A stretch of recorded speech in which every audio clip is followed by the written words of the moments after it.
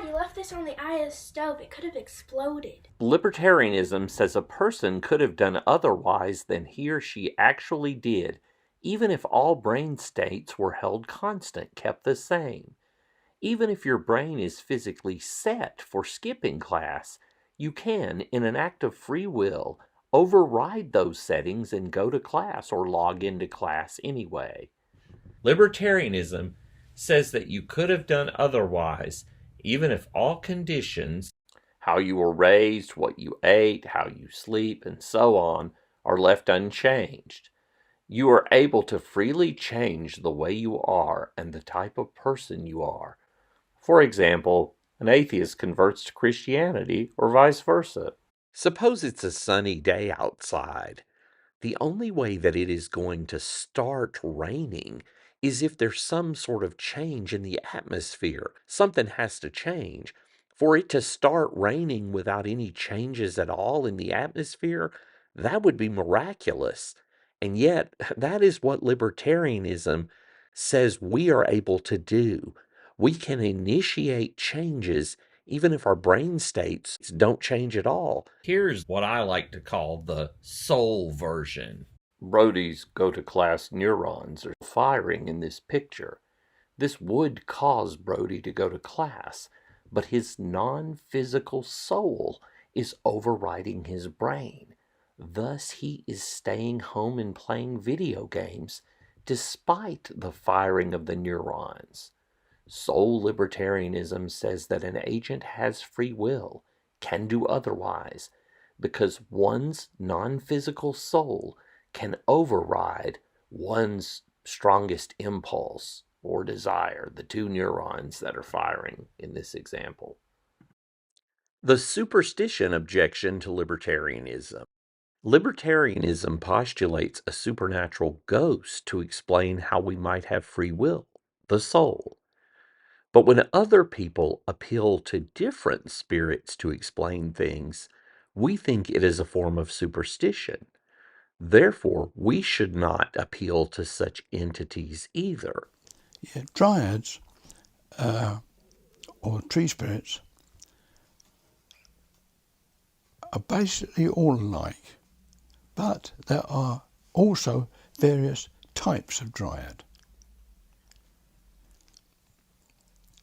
A hazel dryad, for instance, is different to a beech dryad. This one, this yew dryad, can you see that there? It's been listening to everything I've said. And it's relaying the stuff I've said back to the trees in the forest around us in Kent. Right? Now, this one are both telling me what to say to answer your questions. Hard determinism. If your brain states were held constant, you couldn't have done differently than what you actually did. Since freedom means could have done otherwise under constant conditions, free will is an illusion. So when you skip class, it is something your brain forces you to do, as unfree as a tree falling when struck by lightning. Hume's argument for some form of determinism will explain that later. When parts of nature are associated with one another often enough and under the right conditions, we say one is the cause of the other. Since warm temperatures are usually followed by melting snow, we say warm temperatures cause melting snow.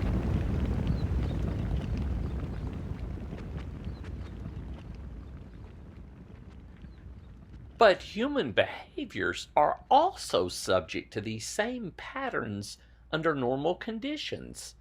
In other words, just as there are predictable laws of nature, like warm air causes melting snow, there are predictable laws of human nature. Oh my gosh, you guys are still fighting? Just as warm air is followed by melting snow, flirting is followed by jealousy.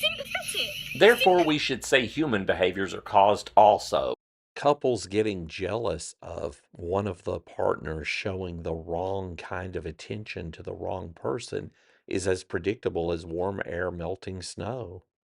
So, if we're going to say that warm air causes melting snow, we have just as much reason to say flirting causes jealousy. But that means people don't really have free will in the sense of they could have done otherwise. See bro to go to class. He's going to class because his strongest impulse causes him to go to class. This impulse is embodied in the two go-to-class neurons firing in his brain.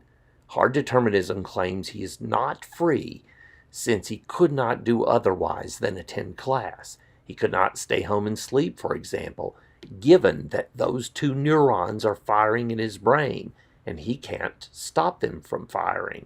Hard determinism is the view that everything we do is fully and completely the effect of a cause, and that free will is an illusion. Morality objection. Hard determinism leaves human beings without freedom, but freedom seems to be necessary for moral responsibility. Since it lacks free will, we can't morally blame an oak tree for falling when struck by lightning. Therefore, hard determinism denies humans are morally responsible for what they do. So surely there's a better account of human behavior. Look at it this way. You cannot blame Charles Manson for being the leader of a murderous and violent cult if he's totally a product of his past, his abusive parents, his environment, that people find him charismatic, and his genetics. If that fully explains his behavior, how can you blame him any more than the oak tree? He can't help it. If he's a lover, but he ain't no dancer. Helter skelter, da-na-na-na-na, helter skelter. Compatibilism, also called soft determinism, says if brain states were held constant, you could not have done differently than what you actually did. However, we are going to count you as free because free means doing what your own strongest internal impulse causes you to do. If your brain state causes you to skip class, we'll count skipping as free because nothing outside of your brain caused you to skip. David Hume is a compatibilist or soft determinist. Compatibilism says that you could not do differently than you do because you are fully caused. Still, we can call you free when you do what your own internal impulses, say your brain states, cause you to do. Just as a balloon is free when the person lets go of it, but it is still fully caused, you are free when you do what your strongest impulses cause you to do. 99 Luft balloons. I take one down and let it go. You see, compatibilism is really just hard determinism plus a new definition of freedom. Compatibilism or soft determinism is really just hard determinism plus a new definition of freedom.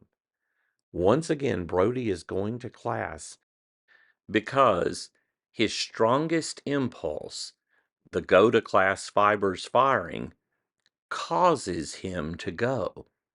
But compatibilism claims free means not that you could do otherwise, but that you are doing what you want to do.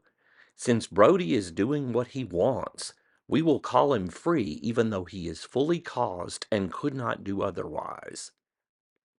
What would be unfree for compatibilism? To be unfree would be to do something you do not desire. Now, in this picture, I'm coming to get you with a burlap bag and make you go to class. And you notice the neurons in Brody's brain are not firing. I'm just forcing Brody to go to class by taking him in a burlap bag like Santa does in Czech Village. I think he does that, or maybe that's the devil who puts you in a burlap bag and drags you around at Christmas if you've been bad. Uh-oh, look everybody, it's the ice cream truck. Oh boy, I really don't want to eat this ice cream because I'm trying to lose weight, but I have an even stronger impulse to eat the ice cream. But I'm not going to eat the ice cream. I'm going to override my strongest impulse and not eat this ice cream, even though my brain is set right now for me to be eating the ice cream. Libertarianism, or agency theory, says you can freely choose to do differently than what your brain states have programmed you to do. In this scenario, Chris's brain is programmed for him to eat the ice cream, but he overrides it through his power of free will. So free will is almost like a supernatural power. It allows you to do things that go against physical cause and effect. So in a sense, you have a supernatural ability to violate the law of cause and effect.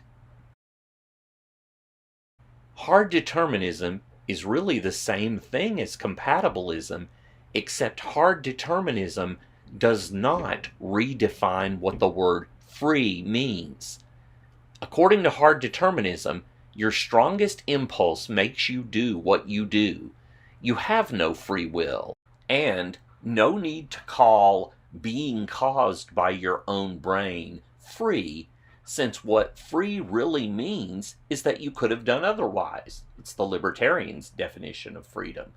You are no more free than the 8-ball knocked into the corner pocket on the pool table. It could not have done otherwise. It has no choice. In the same way, you could not have done otherwise but to do what that strongest impulse causes you to do.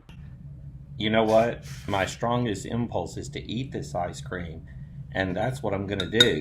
I don't have a choice. I have to follow my strongest impulse.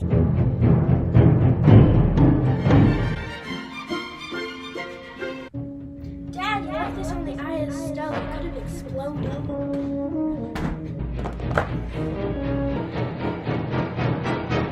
Smile, you son of a...